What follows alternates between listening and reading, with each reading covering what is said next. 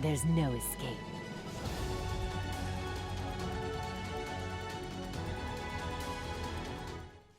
Hey, what's up guys? Today I'll be bringing you a new VOD review, reviewing the rank 1 Korea Leblanc player, RNG Xiaohu. The dude is currently rank 1 Korea right now, sitting about 1549 LP. The dude loves playing Leblanc, as you can see it is his most played champion. He's currently on a Smurf right now called Sakalaka, but this is 100% Xiaohu. And yeah, I just want to show you guys how he plays LeBlanc in this extremely high elo Korean SoloQ game. I believe everybody here is about 1,000 LP. I think 8 of them are like 1,300 LP and above, so this is like a 1,200 LP or above probably, to be safe. It's like a really high elo game. The opponent he's playing against actually right now, Yasuo, is Showmaker from Damwon Gaming, so this is a very skilled matchup. Both players are pretty much pro players, and Yasuo versus LeBlanc, this is a matchup that could go either way depending on the player's skills. I would say this matchup favors LeBlanc early because LeBlanc will always have the edge when it comes to the 2v2 with the jungler. However, Yasuo does outscale you, so you have to be really careful about that. You have to get your lead early in lane as much as you can before Yasuo just starts taking dump on you. As you can see here, he's just going for the really early aggressive trades, using his range and level 2, waiting for the chain start just to try to see if he can land a chain. Unfortunately, he did miss. So as you can see, he's able to get the first shove simply just because LeBlanc's a range champion. Yasuo can't really do much. Level 1. Oh, Karthus comes just to relieve some pressure for the Yasuo. Also, some honorable mentions. Ornn is YouTube tall. He's like a pro player that's been ranked 1 for majority of the season on the Korean ladder. The Philios is Viper, also a very known pro player. The Renekton is Doran from Dragon X. And the Graves is actually Xiaohu's duel from RNG. XLB, he's like a really young, insane jungle main. And yeah, there's just a lot of pro players in this game. Most of them are sitting around 1,200 LP. So this is something that's really worth watching. Something that really caught my eyes this game is that he started the Doran's Ring versus Yasuo. Usually when I play against Yasuo, personally, I will go for the Corrupting Potion because this matchup is very skirmish heavy. When it comes to like a very skirmish heavy fighting matchup, I like to go for the Corrupting Potion because obviously you fight a lot. Activating Corrupting Potion will give you that tiny bit of edge over the opponent. I'm not really sure the reason of why he started Doran's Ring, but it's never too game changing or terrible. Okay, he calls jungler here for a quick gank. I believe he took out the flash, so that's really good. Now LeBlanc can get a lot of pressure onto the Yasuo. I believe Yasuo is going for a base. Yep. Like I said, when it comes to this matchup, especially Xiaohu is dueling with the jungler from his team, we're gonna be seeing a lot of 2v2, 2v1 actions in the mid lane. And LeBlanc is a champion. I'd say currently she is very jungle reliant.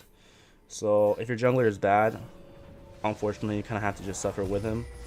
But if your jungler is really good, you're gonna end up like the most OP champion in the game. Xiaohu goes base here, picks up 2 amplifying tomes.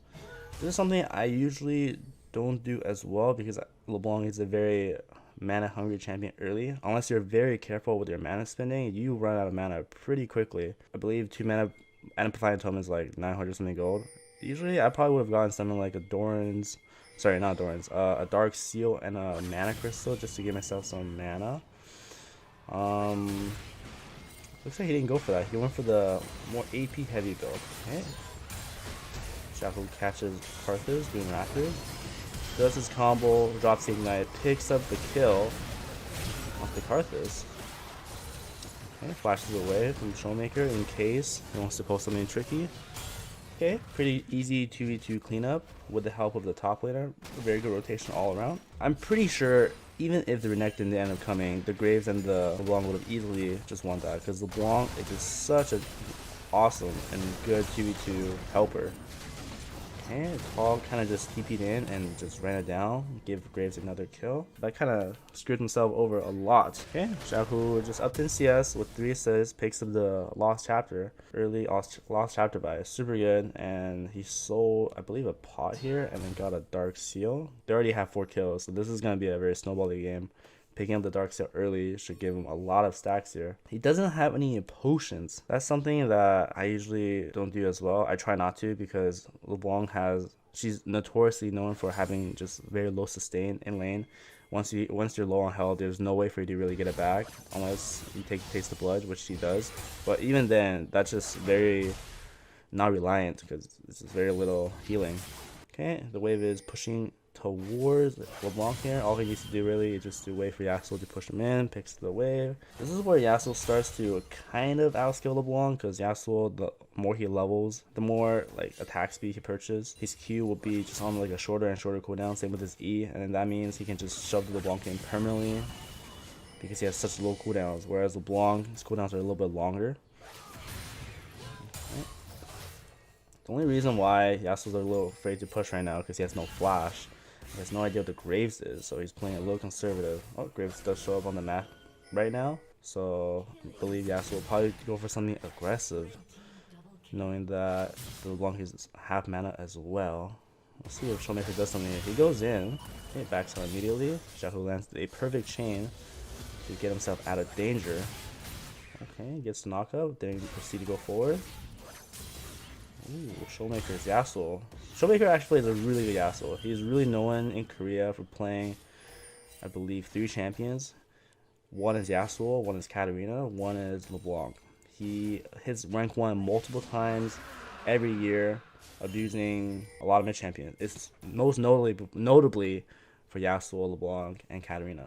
You know, because Xiaohu didn't go for any refillable potions or just potions in general, he didn't really go for any aggressive trades. Just something that really caught my eyes because he's playing very disciplined. I believe he knows this game is really snowballed for the jungler already, so he's just gonna let his jungler do the work. And he doesn't really get the push anyways, so he's just chilling right now. It looks like there's a 3-man collapse in the mid lane. Karthus and Blitzcrank sitting right behind.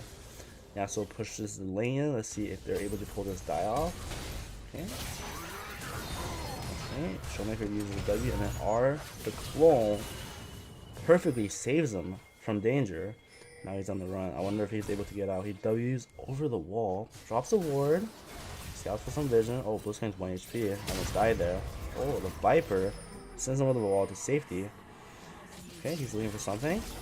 Oh, Kaleb being absolutely well designed. Okay, looks like Xiaohu picked up the Sork boots. His item build is more traditional. He goes for the last chapter, Sork boots, Dark Seal. You can pretty much see this kind of item build on like a lot of mages.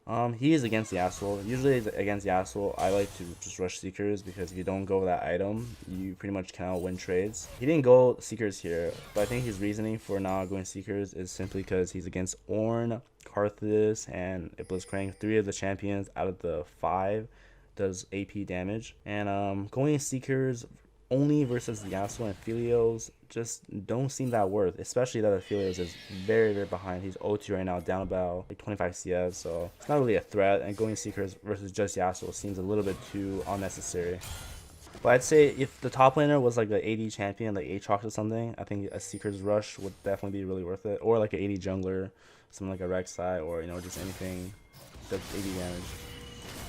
Okay, Yasuo does his little spin. Blitzcrank is also mid lane. Is there anything gonna happen here? Oh, Karthus is in the back spot. And Xiaohu goes in, QW picks up an easy quick kill. Oh, R's away a little bit, slowly react, but unfortunately, the hook didn't land.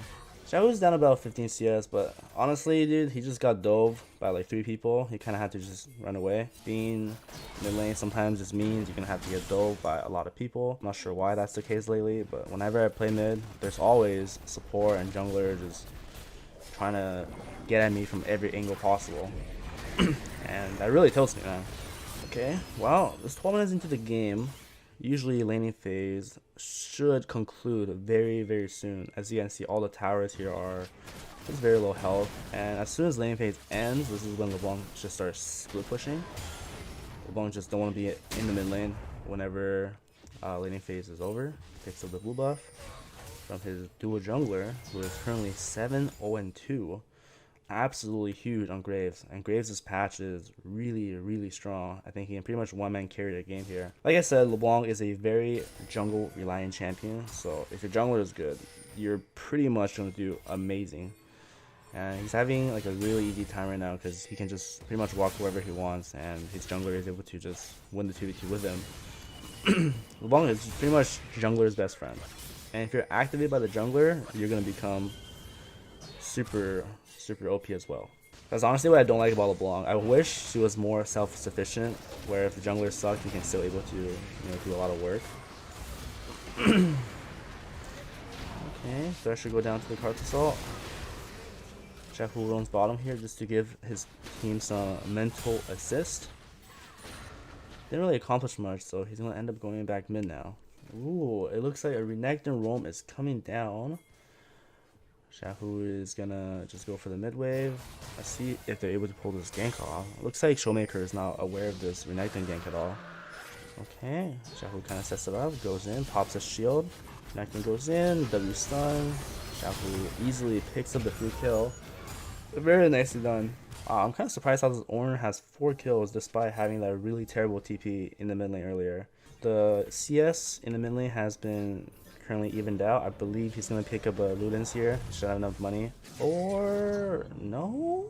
Fiendish Codex? Okay. Interesting buy. I guess he just wants to sell his Lost Chapter, the mana passive a little bit longer. Wait. He's going back here. What the heck? What is he trying to buy? Oh! What the? He had Ludens the whole time. He's just playing with my feelings. Okay, wow. I guess he went home with literally like 3k gold because he bought a Codex, he bought a Ludens. That was a lot of money. Okay, well, he's pretty big now. The first thing you should do when laning phase is over, you should look to either go to top or bot lane. Obviously, he doesn't know where the Yasuo is, so he kind of just picked the lane that Renekton is not going. But generally speaking, you want to be playing against the lane that you beat, whether that's your Yasuo or, I don't know, whichever top laner that's weak. In this case, Ornn is kind of strong. He's 4-1 with the Negatron Cloak. You splitting against Ornn isn't really going to accomplish much, at least pressure-wise. Okay. Jaku playing very safe. Spots out the Ornn and the Karthus. Very smart. Didn't take no chances to face check them. Wow, that was really good. You could have really cost his team a lot there. Okay, picks up a free Karthus with the help of his dual jungler. He's really just preying on this jungler now. I think he got like 2 kills on this Karthus already. Okay, Leblanc is just split pushing right now, doing what Leblanc does. Ornn is currently in the mid lane, trying to hold for his team because his teammates just all died. That should be a lot of free damage to this tower. I don't know about taking it, but at least half health should be reasonable. Oh, Blitzcrank and Ornn sandwiches Leblanc. Shaku turns it around, goes on the Blitzcrank right away, takes him out despite being exhausted. I think does some damage onto the Ornn after. Oh, we're able to take this out. Should be a free kill. And flashes. Shaku takes him out with the help of his jungler. Another beautiful 2v2 here. Oh! I feel it snipes into the Q. Oh, he flashes away from the Karthus Q. Well done. Oh, see Showmaker. He runs away. Should be good enough. There's no sustain on LeBlanc. She's too low. She should just go home here. Yeah, LeBlanc is just a really good champion when it comes to 2v2 skirmishes. Simply because how slippery you are and how much burst damage and CC you're able to provide in such a short period of time. That's why LeBlanc is always jungler's best friend. He purchased the Magi Soul Stealer, already sitting on 10 stacks. He's already this game, they're already up like 12 kills, almost 10k gold. So I'm sure this game will just snowball harder and harder in his favor. Okay, he WRs forward. Perhaps a chain onto him. Showmaker a little late on the wind wall. Okay, together with the Thresh, I'm pretty sure they're able to just get a free kill. Showmaker might be a little tilted, kind of overstayed there for no reason. Okay, and now LeBlanc can just keep splitting. I believe the bot side is winning a little too hard here, so they don't really need his help for Dragon. He's just chilling up here. I think he's just going to pick this tower because he already got it low earlier. This is pretty much how you want to play LeBlanc. Like after lane phase concludes, you go into the side lane, you just continuously absorb solo lane EXP, get ahead of almost everyone on the enemy team. Because you're playing an assassin. As an assassin, you must be ahead. If you're even, let's say with the 80 carry right now, if you're level 11, you're not going to be able to one-shot the Philios. But however, if you're level 12, level 13, yeah, you can easily one-shot him. So when you're playing like champion like an assassin, you have to be very, very selfish. Try to take as many kills as you can. Like legit try to KS them. Have all the resources to yourself, have all the blues, have all the CS and EXP, because your job is to carry. And not having all those resources will put you just so behind to the point where you can't even one-shot anyone. He is looking to go to the mid lane to regroup with his teammates. Showmaker picks up a free kill. Okay. So does Xiaohu onto the Karthus. Third time this game now, I believe, or fourth time. Just getting some free kills on the Karthus. Karthus not really respecting the Leblanc's damage. Okay, Hinder should just go down easily here. Wow, those Graves out-leveled LeBlanc. 15, 1, and 3. Absolutely disgustingly OP champion. Wow, one shots to Furio's probably gonna still survive here, isn't he? Okay, he didn't. Okay. They're literally next to their fountain. Okay, Showmaker dies to, okay, everyone. Wow. Okay. First Nexus tower goes down. Shuffle missed the chain, unfortunately. I think they should just go home now. Not really much to do. Oh, Xiaohu actually goes back. Surprised Karthus. Picks up in. Oh my god, he's gonna pick up the lantern. Oh my god, the lantern actually saved him. Ornal comes over. W's away. Perfectly played. Oh, drops the ignite. Oh my god, the Zanya is really well played there. Wait, what? Oh my god, wait. Was it blocked by the Orange Q? Wait, how did that work? That was pretty interesting. Wow, really well played. He went back to one-shot the Karthus and bait out the Karthus ult, got saved by the Lantern shield, took out the Ornal after that, and not only he dodged the Ornal, he was ignited by Ornn while having no HP. Zanya is the perfect ignite damage, and they got Lantern out again. Even though the Lantern looked kind of buggy, but overall that whole sequence was really well played. And he's able to keep all of his stacks with his Magi's. Currently sitting at 8-1 and 8. I'm just very impressed at how he played that whole little fight there. Okay, he finished his Zanya's Hourglass, and he has sitting a large rod. I think the game is probably just gonna end here. But yeah, overall, really insane gameplay here from Xiaohu. It's no surprise how he's able to hit rank 1 on the Korean ladder. And here comes the finishing blow. Xiaohu picks up Viper, his 9th kill of the game. Will he be able to get one more? Oh, he flashes, QR, takes out the Karthus again for like, I don't know, the 6th time of the game. 10, 1, and 9 on the Leblanc. Okay, and then he's just farming for some CS. Probably just in the game now. But wow. Oh, padding his damage. Takes out the Blitzcrank as well. 17, 2, and 7 on his dual partner, Graves. Holy moly. Okay. And just like that, Xiaohu finished the game 10, 1, and 10. Showmaker 3, 1, and 2. What a game that was. Hope you guys learned something from that game. That was a very high elo Korean SoloQ game. Xiaohu playing LeBlanc with his dual partner, Graves. Really just completely took over and destroyed the Korean ladder. And yeah, I'll see you guys in the next video, guys. Peace.